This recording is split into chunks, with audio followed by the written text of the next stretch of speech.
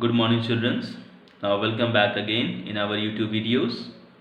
I hope that you all are well and fine. Okay, be at the home, be safe, and be sound. Okay, now, children, if you all remembered that in my last video, we all had gone through about the climate and adaptation. Okay, climate और adaptation के बारे में हमने जान लिया था. Climate और weather के बारे में हमने जान लिया था. और क्लाइमेट और वेदर को इफ़ेक्ट करने वाले जो फैक्टर्स हैं उसके बारे में भी हम लोगों ने जान लिया था.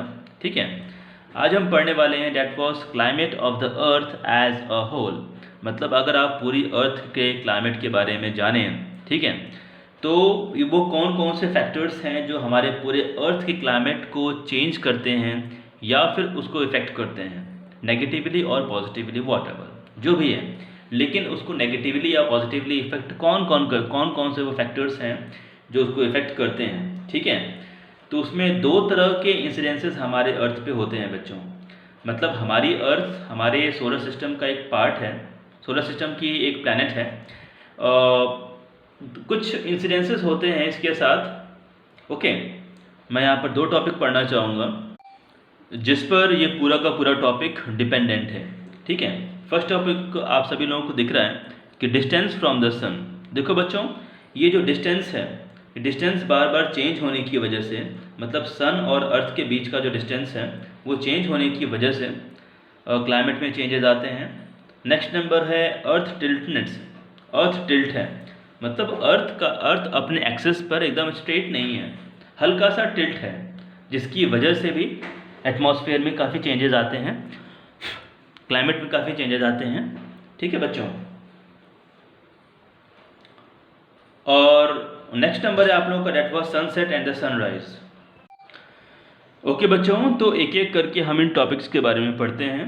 और बच्चों, मैं थोड़ा सा अपना वीडियो स्लो चलाऊंगा ताकि आप लोगों को अच्छे से समझ में आए, आप लोग एक एक बात को अच्छे से समझ पाओ. ठीक है, so don't be in Hari. Okay, अगर एक दिन में हमारा एक टॉपिक फिनिश करता है तो हम एक टॉपिक ही फिनिश करेंगे, we will not run. Okay, now see here some of the factors that affect the climate of a planet earth as a whole are the distance from the sun and earth tiltness. तो देखो यहाँ पर दो दिया हुआ है. Okay, कि सन से हम कितना दूर हैं. First number that was the distance of earth from the sun, and the next one that was the earth tiltness, कि हमारी अर्थ अपने एक्सेस पे कितना ज़्यादा टिल्ट है. Okay, first number that was distance from the sun. Let's have a see and let's have a focus on it. देखो बच्चों, एक एक लाइन में पढ़ रहा हूँ और आप लोग इसको ध्यान से देखो. Okay, see here. The sun is our main source of energy. Now you all are agree with me कि sun is the main source of energy.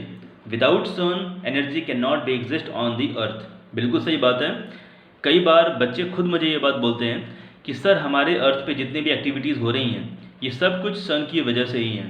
सन की वजह से प्लांट्स फूड बनाते हैं, वो उस फूड को हम खाते हैं, और उस फूड को खाने की वजह से हम अपने सर्वाइवल को फिक्स कर पाते हैं.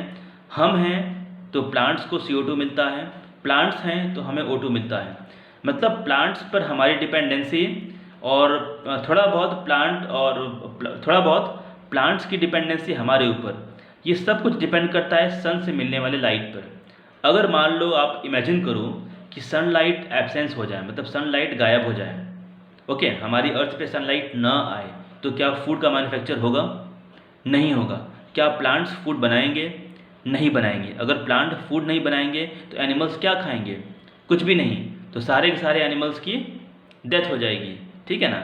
इसका मतलब हमारी अर्थ पे CO2 का फॉर्मेशन ख़त्म हो जाएगा. बट CO2 का फॉर्मेशन अगर ख़त्म हो जाएगा तो अल्टीमेटली धीरे धीरे करके हमारे जो प्लांट्स हैं उनकी भी डेथ होना शुरू हो जाएगी. ठीक है, तो आप ये देख रहे हो कि हमारे अर्थ पे कोई भी एनिमल, कोई भी लिविंग ऑर्गेनिज्म सर्वाइव नहीं कर पाएगा without sunlight.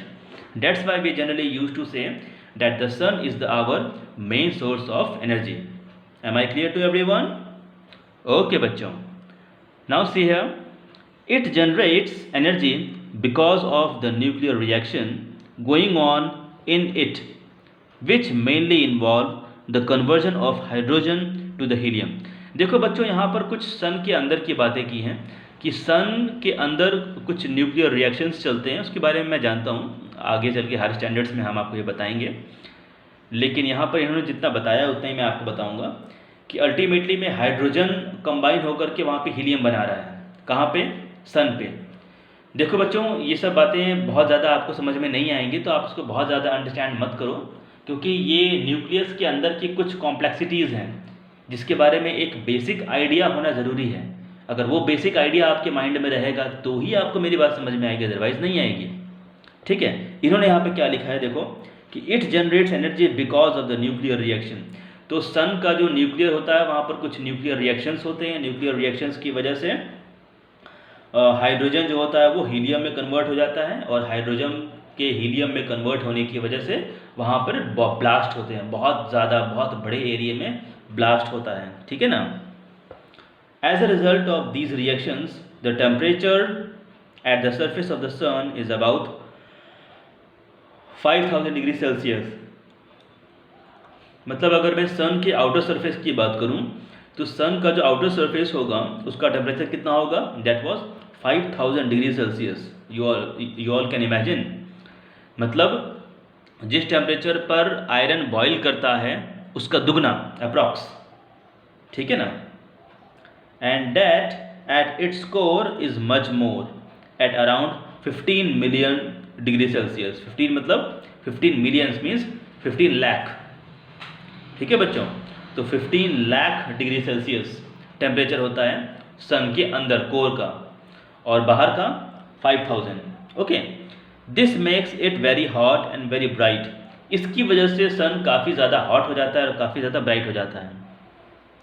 Okay, the sun has a diameter of about 1.39 million kilometre. देखो बच्चों, इसको आप लोग अंडरलाइन कर लो कि सन का डायमीटर कितना होता है। The sun has a diameter of about 1.39 million kilometres. Compare the width with compare this with the diameter of the earth. मतलब देखो, अगर आप सन के डायमीटर की बात करो तो 1.36, ठीक है ना, और अर्थ का कितना है? That was 12,700 kilometre. क्या है ये? डायमीटर है। ओके, तो इसको भी अगर आप किलोमीटर में कन्वर्ट करो, और ये तो पहले से किलोमीटर में ही है, तो दोनों को आप अच्छे से कंपेयर कर पाओगे। ठीक है। The sun is therefore a very huge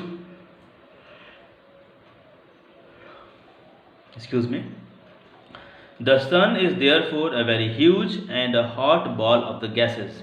ठीक है, तो सन कुछ भी नहीं है, बल्कि सन एक बहुत सारी गैसेस का एक बॉल है जहाँ पे लगातार न्यूक्लियर रिएक्शंस हो रही हैं, और न्यूक्लियर रिएक्शंस होने की वजह से वहाँ पे बम्बार्डमेंट होती है।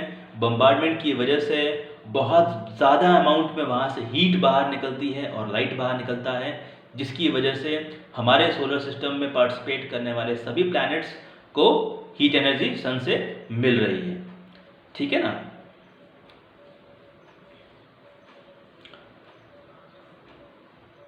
Now see here, the energy from the sun is radiated out in all directions. देखो बच्चों, सन से निकलने वाली हीट बहुत ज़्यादा होती है। ठीक है, लेकिन क्योंकि फिजिकली हमारी अर्थ सन से काफ़ी दूर है, अतः यहाँ पर सन का इम्पैक्ट बहुत ज़्यादा नहीं पड़ता। ठीक है ना।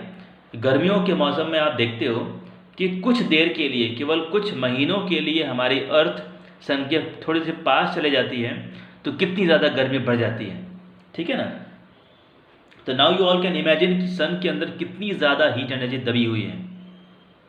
ठीक है ना। The energy from the sun is radiated in all directions. और हाँ, हमारी जो अर्थ है वो सन के सामने एक डॉट के समान है। मतलब मान लीजिए अगर आपके सामने कोई वाइट पेज है, तो वाइट पेज पर आप पेन से डॉट लगा दीजिए, तो जो वाइट पेज है डैट वाज द सन, और जो डॉट है डैट वाज द अर्थ। ठीक है, तो हमारी अर्थ पे तो सनलाइट का एक बहुत ही स्मॉल फ्रैक्शन आता है। The earth which is about 1409.6 million kilometers away from the sun receives a small portion of energy that the sun radiates. Now see here, the earth, which is about 149.6 million kilometers away from the sun, receives a small portion of energy that the sun radiates. मतलब हमारी अर्थ का size इतना छोटा है, छोटे होने की वजह से भाई देखो बच्चों, अभी अभी आप लोगों ने पढ़ा कि सन पे बम्बार्डमेंट हो रही है, सन पे हाइड्रोजन रिएक्शंस हो रहे हैं। उस हाइड्रोजन रिएक्शन की वजह से सन काफ़ी ज़्यादा अमाउंट में हीट एनर्जी को जनरेट तो कर रहा है, लेकिन आप उस एनर्जी का यूज़ नहीं कर पा रहे हो। आप केवल उतना ही यूज़ कर पाओगे जितना कि हमारे अर्थ पे सन की हीट एनर्जी पहुंचेगी, ठीक है ना। This makes the life possible on the earth. Okay, now see here, 149.6 million kilometers away from the sun receives a small portion of energy that the sun radiates. तो क्योंकि सन से हम काफ़ी दूर हैं और सन से निकलने वाली हीट एनर्जी का एक स्मॉल पोर्शन हमारे अर्थ पे आता है, that's why the life is possible on the earth. This makes the life possible on the earth. Okay, तो अर्थ पे लाइफ पॉसिबल हो पाती है इसी वजह से कि हम सन से काफ़ी दूर हैं। देखो बच्चों, अगर आप वीनस की बात करोगे, अगर आप उसकी बात करोगे, डेट वाज मर्क्यूरी की बात करोगे, तो मर्क्यूरी पर अगर लाइफ तो वहाँ पर कभी पॉसिबल होगी ही नहीं, क्योंकि अगर मान लो आप रॉ मटेरियल्स अवेलेबल करवा भी दो तो भी वहाँ पे हीट इतनी ज़्यादा है कि आज की ह्यूमन बींग्स तो वहाँ पे एग्जिस्ट नहीं कर पाएंगे। फ्यूचर में हो सकता है कुछ हमारे अंदर चेंजेस आ जाएं, हमारे अंदर कुछ टॉलरेंस पावर बढ़ जाए, ठीक है ना, हमारे अंदर कुछ टॉलरेंस पावर बढ़ जाए तो हो सकता है कुछ। This makes the life possible on the earth. Okay, the distance of the earth from the sun is, just a minute बच्चों, the distance of the earth from the sun is of the major factors that determines the climate on the earth. मतलब हमारी अर्थ सन से कितनी दूर है ये हमारे अर्थ पे चेंज होने वाले क्लाइमेट को पता लगाता है। मतलब हमारे अर्थ पे चेंज होने वाले क्लाइमेट का एक बहुत ही बड़ा मेजर फैक्टर है, ठीक है ना, major factor that determines the climate on the earth. Had the earth been a little closer, it would have been too hot, and a little farther away it would have been too cold. मतलब बच्चों यहाँ पर ये कह रहे हैं कि हमारी जो अर्थ है, हमारे अर्थ और सन के बीच का डिस्टेंस एकदम एप्रोप्रिएट है। ओके, अगर डिस्टेंस इससे ज़्यादा हो जाता तो भी ठीक नहीं है, और अगर इससे कम होता तो भी ठीक नहीं है, ठीक है बच्चों। तो this is the optimum distance which we are having on the earth from the sun, ठीक है ना, कि वो सारे प्लैनेट्स जो हमारे अर्थ के बाद में आते हैं वहाँ पर भी लाइफ पॉसिबल नहीं हो पाएगी, और वो प्लैनेट्स जो हमारी अर्थ के पहले आते हैं वहाँ पे भी लाइफ पॉसिबल नहीं हो पाएगी, because of the criteria of distance of the earth from the sun, ठीक है ना, distance from the sun. Okay, now the temperature on the earth seems to be